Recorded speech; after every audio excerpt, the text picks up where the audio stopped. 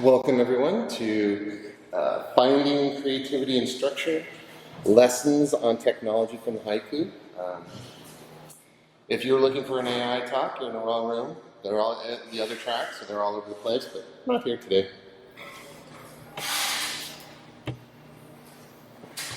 My name is Dustin Boeger. I am a UX designer and developer from UC Davis. I'm part of the IET Web Development team. We have a couple other fine members of our team here today, so be sure to introduce yourselves to them as well.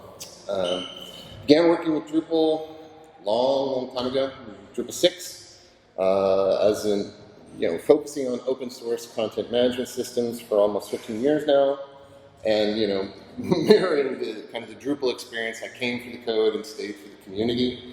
Been a dedicated member of the Sacramento area Drupal community. Newly minted UX designer.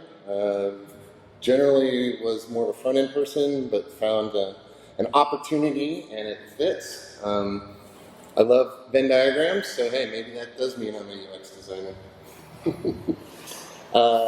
One of the great things about this recent new position is I get to work with my mentors in the Drupal space at the SiteFarm team, and so that's something that's been really exciting for me. Okay. We'll just do a quick quiz, and maybe we don't even need to get too detailed in this.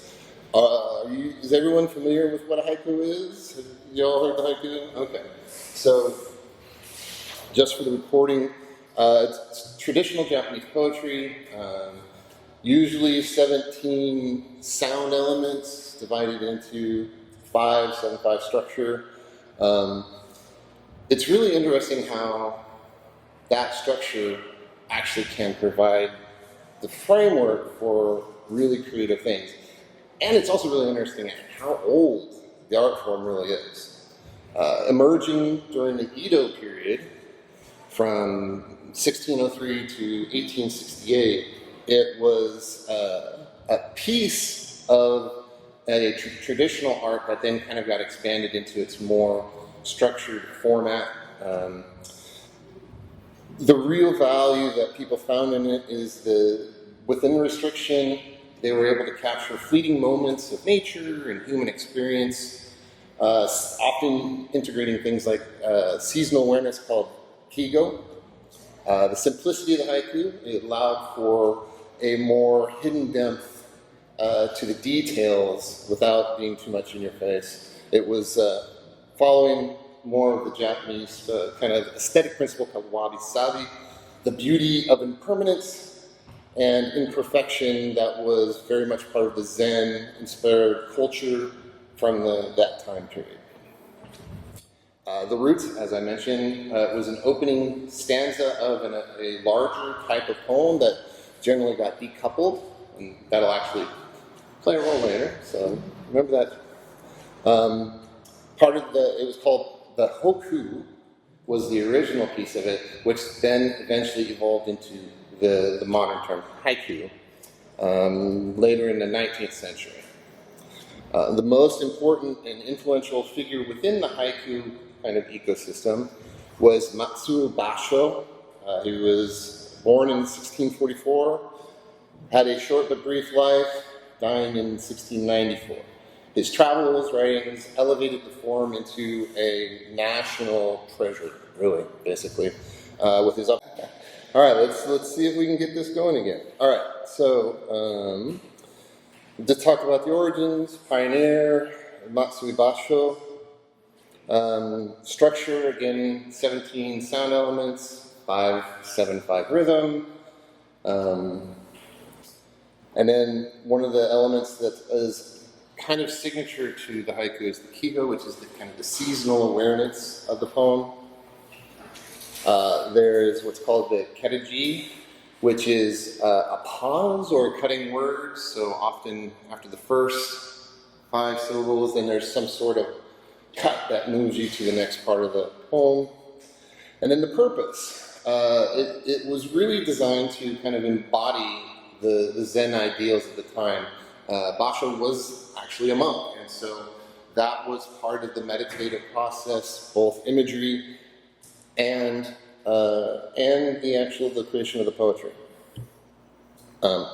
Interestingly enough, there are also parallels to this idea of structure providing creativity. We see it in tea ceremonies. We see it in the sumie ink painting, which is a very distinct brushstroke specific to that type of art. We see it in calligraphy, much the same way as in the sumie painting. We even see it in ikebana, which is flower arrangement in Japanese culture. It's thought that this all kind of ties back to the Japanese aesthetic of subtraction rather than addition. You know, here in America, more is better. We like to throw more things on our walls, more ideas, more visuals.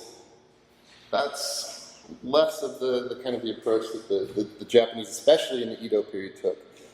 By stripping away excess, art forms such as the haiku, tea ceremonies, allow the audience to dwell in the art itself without being overwhelmed by too many details. The constraints act as a framework in which the creativity flourishes.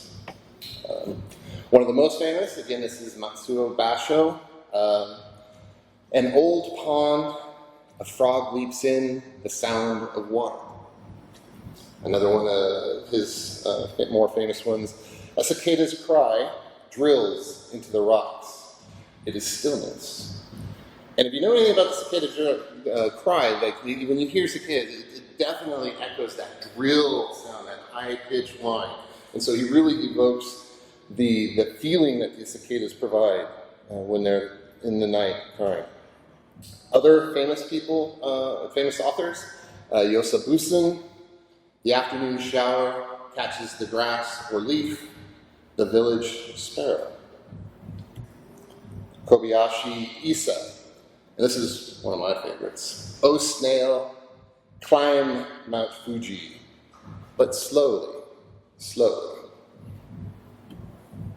So what is the lesson that comes from the structure that we see in these, this artwork, this attention to detail within a rigid framework, is that you can find creativity despite the framework. You might see some echoes in some of the kind of the political structures of the time, but what's really interesting for me is that this actually can be a pretty interesting way and a pretty powerful way to inform technology and our technological decisions that we take. And especially in our instance with our product, by protecting our users, by locking down and defining a very rigid framework, we're actually still able to find opportunities for creativity and to help explore the information without just becoming a lockdown template. A little bit about the technology. SiteFarm, part of the SiteFarm team, is a brand name, and this is directly from the website, brand name of the UC Davis out-of-box campus-centric website offering based on a core Drupal 10 infrastructure that gives a robust and intuitive site building package to build beautiful, content-rich websites in very little time. Emphasis on the very little time, because we're able to turn things out pretty quick with this framework. It's pretty nice. Team. Yay, team. Two of our lovely team members are here. Sean DeArmond is the lead. Carson, John, our front-end extraordinaire, Mark Miller, the front-end developer, Armando, and our support specialist, Jessica Hayes. She is amazing and well-loved within the community. So, SiteFarm ecosystem. SiteFarm is hosted on Acquia Cloud. It's a service that allows us to quickly create these new sites, these new instances, that then we can start working on and customizing.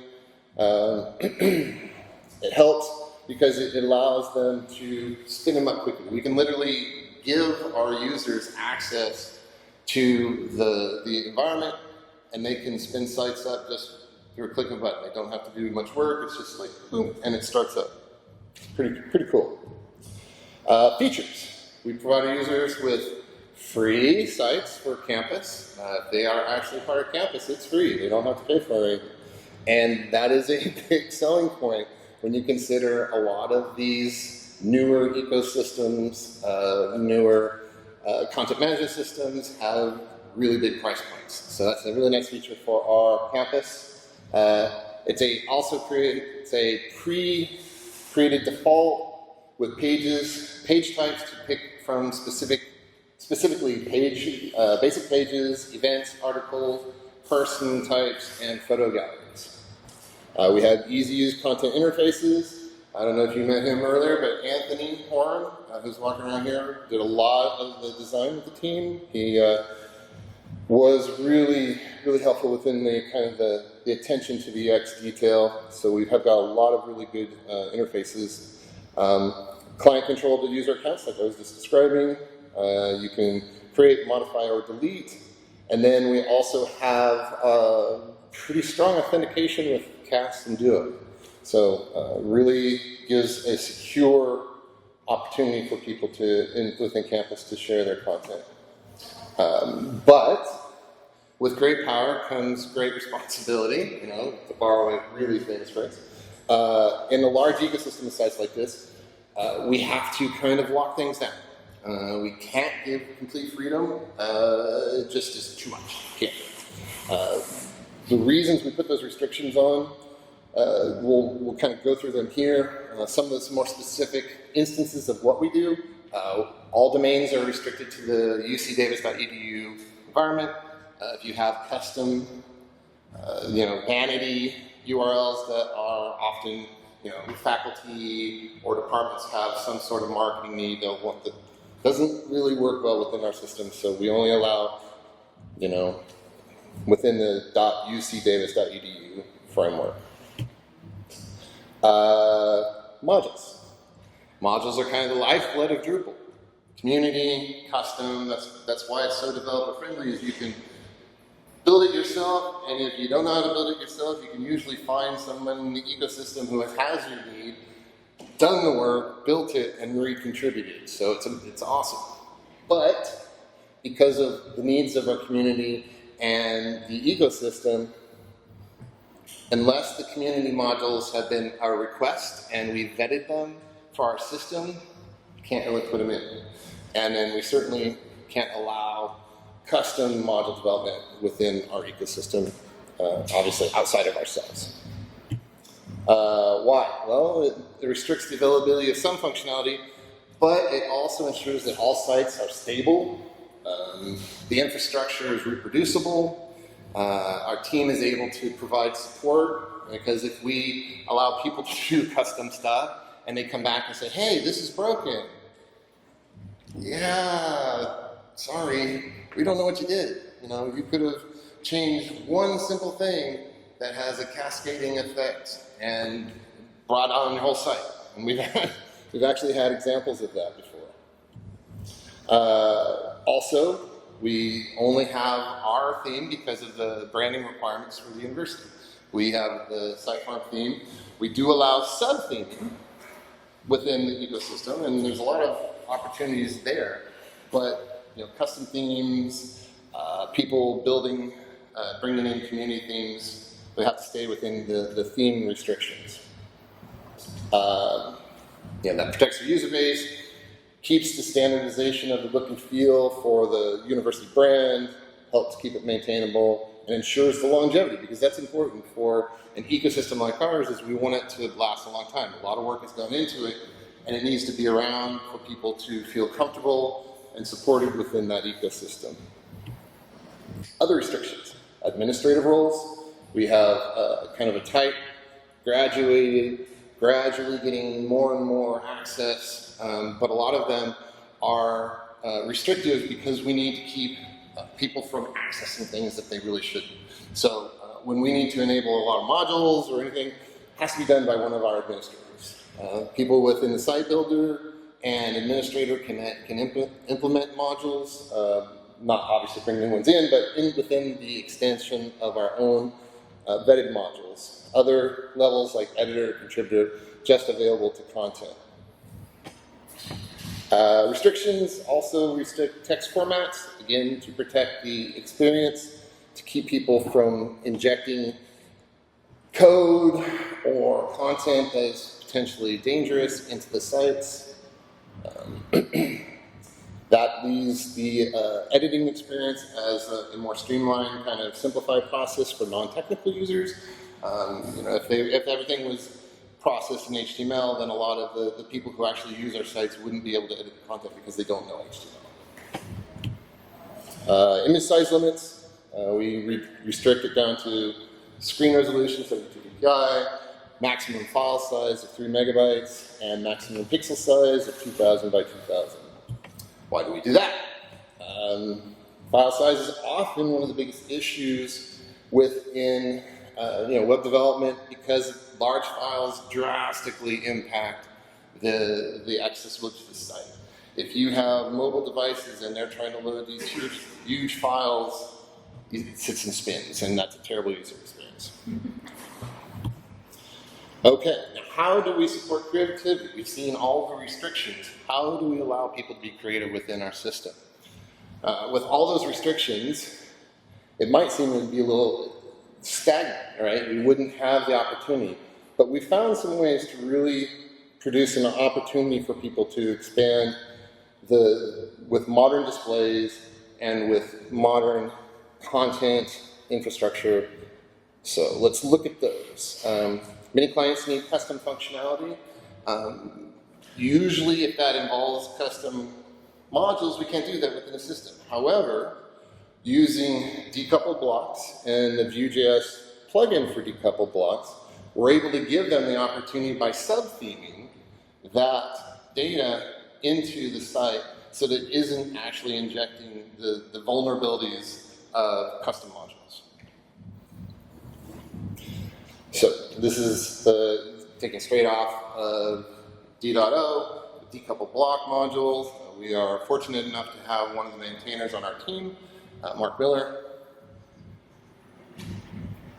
We also have decoupled blocks Vue.js. It's a plugin for that previous module in which you can allow the blocks to consume Vue.js data. So let's take a look at some sample sites.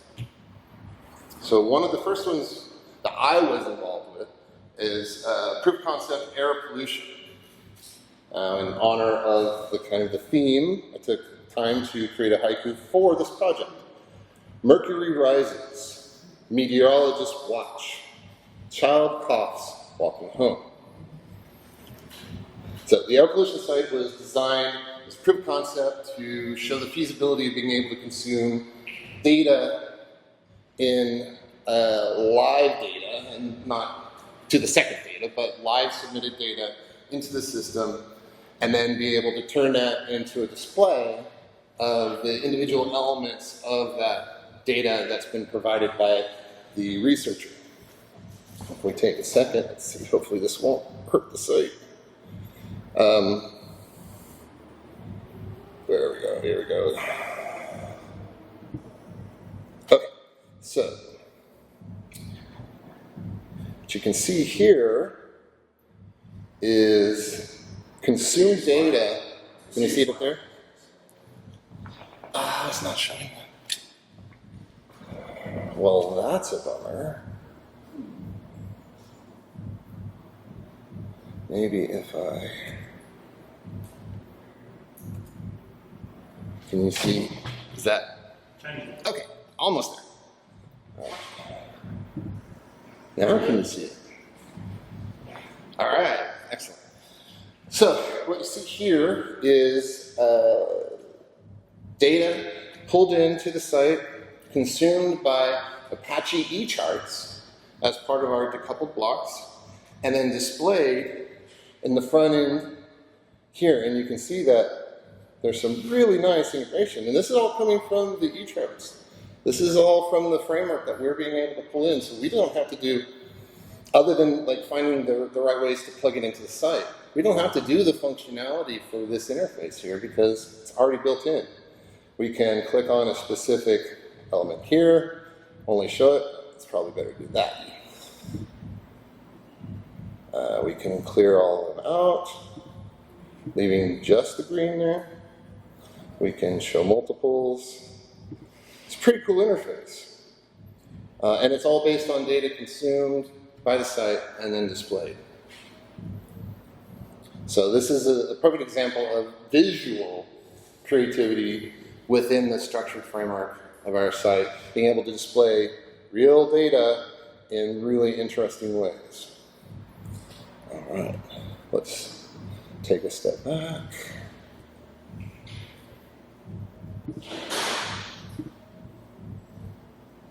Okay, we're back online. All right. Next one we can take a look at is our almond nutrient calculator for Fenric. Almond blossoms fall, spring snowfall dusting the ground, the buzz of the hive. So, almond nutrient calculator is interesting, and if you have any questions later, Carson can talk to that. It takes a live interface for a calculator of nutrients needed for almond growers. And so they can take their baseline data that they have, plug it into the calculator, adjust the information, and then it will spit out a recommended amount of nutrients that should be provided during the next growing cycle. Doing that, we use views.js as a decoupled block that helps the growers determine the amount of yield. The form has output and components in real time. You don't have to hit a submit. You're filling out the data as you go. It's really pretty cool. It uses Pinia for state management. Again, that's talking about the user inputs so that it can move when you move and track your data as you enter it in the system. Then the calculations involved very detailed background data calculations that Carson had to painstakingly put together in order for that information to be provided to the users in the front end. Oops, let's do a quick look at it. Escape. Okay, can you guys see that? All right, excellent. So you can see here we have two different aspects here. We have the pre-season nutrients and we have the mid-season nutrients. Both of those are available in the same interface. You don't have to click through anything to get to them. For example, here we would say, okay, the age of our orchard, 1 year. Predicted yield in pounds, let's say. It's a small orchard, only 5,000 pounds. Let's keep the efficiency. And you can see it's automatically been calculated over here. There's no submit button. If you have additional information, for example, do you have analysis of irrigation water? You can come in here and update this, units, and then it will calculate that data out as you're going. So it gives you opportunities to have really pretty detailed information. And then, if we move to mid-season, you can see a completely different interface. They haven't had to submit. It's in real time that it's being displayed and calculated.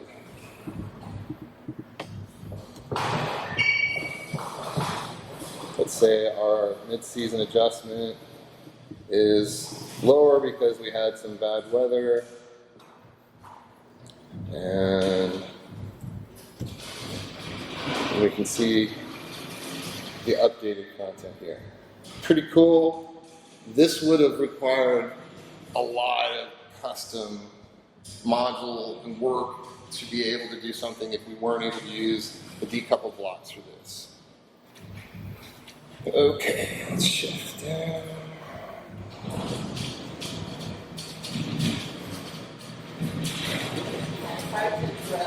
The TV is going in and out. We're actually doing okay now, but yeah, it's been a problem, so maybe once we're done with the presentation, we'll swap it out. Okay? Awesome. If you just want to leave it, that's fine. I'll leave right here. No. Wonderful. Thank you. Okay. That was the almond nutrient. And finally, we come to Unitrans, our campus transit system site, recently done by Mark. Red, the color seen, inside faces lost in thought, missing the blue sky. What's kind of interesting with Unitrans is that UC Davis has, as a signature, pulled London buses, and since I think probably the 70s, Sean, haven't we had them? It's been there a long time. Long time. Yeah, they were there when I was a student. We have these wonderful double-decker buses that are extremely hot, but really cool to look at as they drive around. Recently, there were some challenges with the site in that they have distinct schedules, but sometimes those schedules have to change based on a specific event that is happening on the site, and so that information needs to be displayed on the site to the users. If that information isn't properly displayed, the system can't consume it. And so what we had to do is we had to go through into the site and re-architect. Would you describe it as a re-architecture, Carson, of what Mark had to do for Unitrans? Well, kind of like, I guess you'd say refactoring. Refactor. Okay, that's probably a better description of refactoring. And so using our decoupled system, he was able to do that. And this is kind of a quote from him. On the Unitrans site, we implemented a Drupal subtheme that uses Vue 3 components directly into Twig templates to power the routes and schedules. Instead of progressively decoupled blocks, which we didn't use on this project, Vue instances mount into very specific targeted divs, avoiding nested block complexity while allowing us to inject the interactive elements into the existing designs. So if we take a look at that site,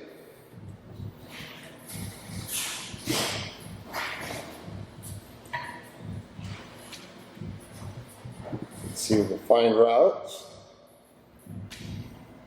All this data here for the routes, individual routes. We can load up a specific route. We can see all the data for the schedule. But here's the really cool piece. Oh, you guys aren't seeing it? Hold on. Apologies. All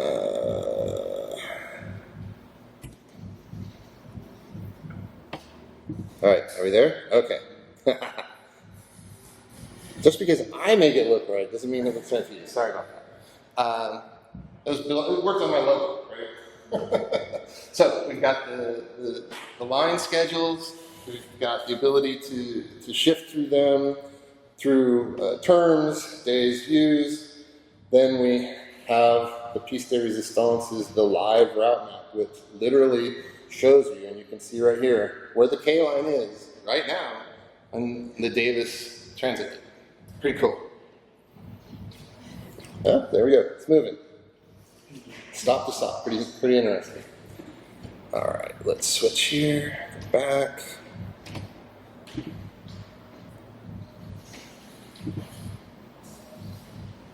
Okay. Okay. So, do we have questions about that? There's a lot going on in kind of all those different places. Anybody have any questions about the things that we're doing? What it might be, something that might work within your own systems, or just a general question about Haiku? Go ahead. I have a question: how do you manage the code base? Because you have multiple sites, you allow all sub-themes. So with all the sub-themes, do they have separate Git repositories that different teams manage? Okay, so the question was, how do we manage the code base? Sean, you want to speak to that? Sure. It's a big Drupal multi-site is what it is, right? So there's one code base running in obvious site factory. But Stock Factory has a cool feature where we can attach a Git repository on a site, and it will kind of inject that as a theme. So he's talking about sub-theming. And so that's where these Vue.js blocks live, is in a sub-theme. And so each site can have its own Git repository for the sub-theme.